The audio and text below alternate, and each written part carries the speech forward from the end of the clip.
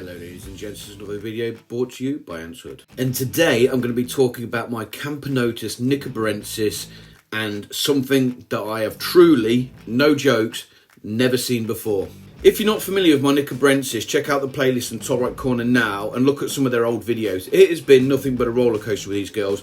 They have had massive growth to start with, a massive die-off, growth, die-off, growth, die-off. As you can see here, a big pile of dead. And in my last video for my Nicos, you were left with this, where I had a nice pile of brood, nice pile of eggs, everything was going funky, and then they had another die-off. But this is how they were last video. Let's check out what they're doing now. If we look at this outworld, it used to be their old feeding one because the other one was so rammed full of workers. Now it is busy in here, but it's not as bad as it used to be previously. Now if you remember with this one, they were all over everywhere and I couldn't feed them in here, but you can see the numbers have dropped enough for me to actually make a functional use of this outworld, and that's where I put food in there for them as well.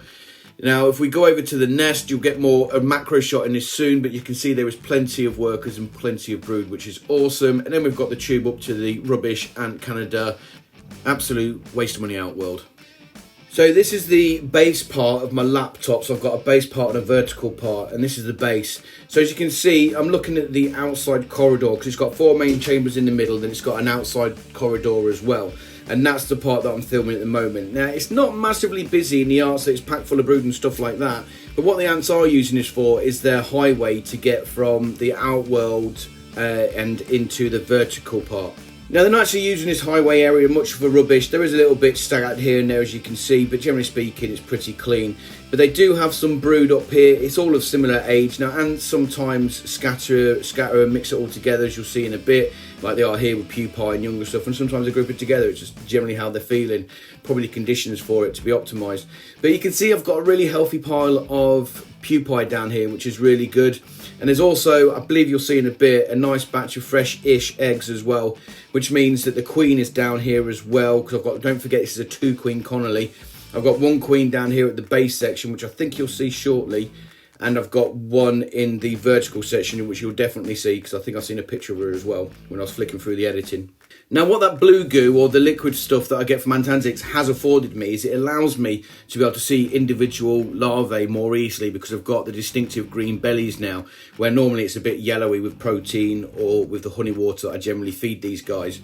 But there's a fresh batch of eggs there, which is cool, because that probably tells me that the queen is going to be around here somewhere, because generally speaking, fresh eggs means queen.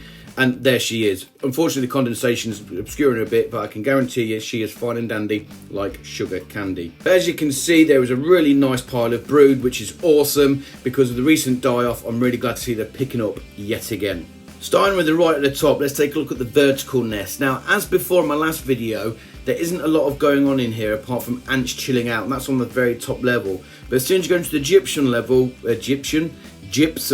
where the humidity is, you'll see that it's absolutely rammed full of brood. Now, these deep wires are probably about 1 centimetre deep, maybe 1.5 centimetres deep, so they're fairly deep, and they're packed full of brood. Now, I'm going to pause that bit and change it because I'm coming back to that. But you can see here I've got plenty of brood, I've got plenty of larvae and pupae is the correct word, or cocoons. It's a freeway tropophylaxis, people. Even ants like freeways, it's not just humans. Hey, anyway, carrying on and off on a tangent, you'll see at the back there's plenty of fresh eggs as well. They're not so fresh, they're more larvae, because you can see they've got the green stuff in their tummies, so that means they're feeding. But as we pan along, you'll see there is a lot of fresher eggs. There's some fresh eggs. Queen's going to be here. See, there's the queen. What I tell you, fresh eggs, queen's just there. She's looking great, which is awesome. Now, I'm going to have to pause the video again here because I can't get the angle at the bottom level. But when we look at the bottom level, you'll see it's very similar to the top level. There's no gypsum here, so there's no brood here. But it's where the adults are chilling out and relaxing. But let's go back to the thing that we've never seen before on my channel. Now, when I first spotted this, I couldn't believe it. And I kept my camera on it for a long period of time, trying to hold it in place. It does settle down. Give it a second. I'm sure it does. But you can clearly see there is a larvae there weaving its cocoon into pupae stage. Now, personally, I think that is absolutely amazing. And I have never, ever witnessed this in my life. Now, I've been keeping ants, as you guys well know, for a fairly long time now, at least 3 years, possibly more. Can't remember exactly, don't blame me. And I have never witnessed this. I've never witnessed pupae weaving, a larvae weaving its pupae cocoon, and I've never witnessed any of my queens lay eggs. Now, I have seen other channels where they lay eggs, but I've never seen them weaving a pupae case like this is now. And I tell the truth, I found it absolutely amazing. I couldn't stop watching it, and I was holding the camera in place. That's why it's a bit shaky. If you're getting seasick, I do apologise. But like I said, I've never ever seen this before, and I was absolutely fantasised by it. Yet again, I think because it's got the green goo in its stomach, or the blue goo in its stomach, I can make out the stomach area and make it out a lot easier.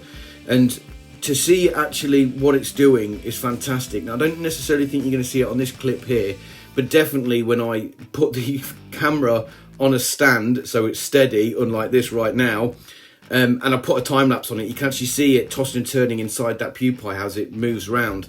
And to tell you the truth, you very rarely see pupae moving around very quickly, but considering how much they normally move, they move a lot more when they're weaving. I expected it to take a lot longer than it does. And I think on the time lapse, you'll have to watch it, because I've not viewed it since I originally recorded it, and I've not put it in this video yet as I'm making the voice recording.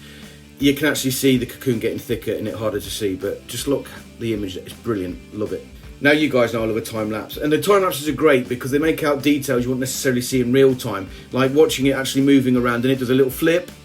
There you go, and it flips around to get the other side of the cocoon. Personally, I think it's super interesting, and I'm fantasised by it.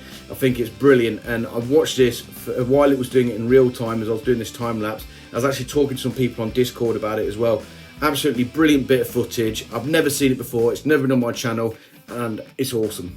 Now, I hope you enjoyed that as much as I did, because like I said, I've never seen it before, and I thought it was absolutely amazing to see. Now, you guys might think, well, I've seen that loads of times, Hood, and that's great if you have. I never have. I think it's super interesting. You guys make your own opinion. Personally, I think when this goes onto YouTube, I'll probably watch it a bit more as well, because unfortunately I have to delete the videos once I've made them, because I just don't have the storage space. So I will be on YouTube watching that over and over again, because it was super interesting. But let's talk about this anyway, because that's why I've got the image up. Now, this is one of my liquid feeders. Yes, I do sell them. If you're interested, message me, you know, blah, blah, blah, blah, blah. But the reason why I've got this up is I do feed them the Antantics blue goo. But, well, I say blue goo. I can't think what it's called, sweet snaps or whatever they call it. I just call it blue goo because I make a nickname for most things in life, such as the blue goo. And it's really interesting for your larvae because you can actually make it out in the stomachs, which is really interesting. But I find that my Nicos much prefer honey water, which is basically honey mixed with hot water to dilute it all, let it cool, then I feed it to my ants. They go crazy for it and they absolutely love the stuff. And as you can see here, they're going over it. Bearing in mind, this is the second of one feeder. I've got another feeder in their other outworld, which I put in there as well. And once this went down, I think I filled it up again for them to get some more honey water, so they've got a nice good stock of it in their social stomachs. Now, I'm not saying that the blue goo's not good enough, because the blue goo is good enough, but what I tend to use that on is my other colonies that aren't as big, because it's got natural, well, it hasn't got natural preservatives, because it's got preservatives in it and stuff like that. I find ants that can't go through the liquid sweet carbohydrates as quickly as my larger colonies do, that it sits a lot longer. Now, honey water will start to ferment after a day or two, and how hot my room is here, it'll probably be a lot sooner. So I find that putting the blue goo, it's much better for smaller colonies. And if you didn't believe me how much they love it, here's a time lapse, because you know Hood loves a macro time lapse, and that is exactly what this is. So as you can see, they're going crazy for it, and then you'll start to see, there it goes, watching it drop down. Now, literally it takes them about 45 minutes to go through 5 millilitres of honey water. Bear in mind I put 10 in at any given time, and this is just one of them, and they're going through it really quickly. I love watching it drop down. I think it's absolutely fantastic. I can't say that word today. I've struggled with it so much, so many takes, I'm going to leave it in because I just keep struggling with it, sorry. Now, bearing in mind, I've not actually fed my Nicos protein for at least 2 or 3 days. And even then, I gave them 2 medium-sized cockroaches. This is a large-sized cockroach. And judging by the side of the brood I've got, you would have thought they've gone absolutely crazy for it, but they haven't really. I find that the days of them swarming their prey and going to town on it have long gone, and they're a lot more slower and methodical. As you can see here, they've just gone the outside, took their head off, and then gone straight down the middle. Now, I do cut these down the middle to sever their nervous system, to stop them twitching and stuff like that. The leg movement is actually the ants pulling at the tendons. Well, they don't have tendons, but whatever the cockroach equivalent is, pulling at the leg, let's just say, and it makes it move.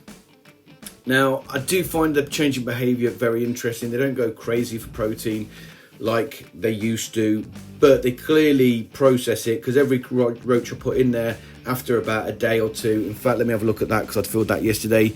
Yep, they've pretty much finished off that cockroach. So in about a day, they generally finish it off. If I put another one in there, I'm sure they'll go crazy for it again, but I won't feed them until tomorrow now. So 2 days between feeding with these guys.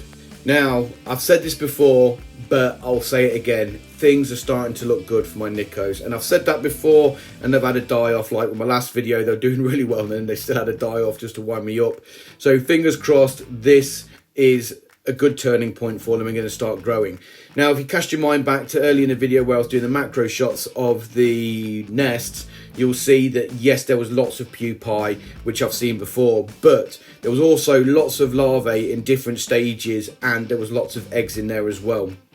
So that tells me that rather than having a burst of population like I normally get and then a die-off, there seems to be a steady stream now of different stages, so they'll keep on growing as they develop, and with the replacement of the larvae as it turns into pupae and adults, then you keep that cycle going. Now, I am not saying this is going to happen, but I am definitely going to touch wood and hope that my Nicos get to their previous big height, which was around, I think it was around 4,000 give or take. I can't remember off the top of my head now, where they were 4,000 strong and they were huge, and then they just had a massive die-off, as you remember, from my other playlists. I'm hoping that I don't have a die-off with these guys and they pick it up and get to their pre-die-off stage.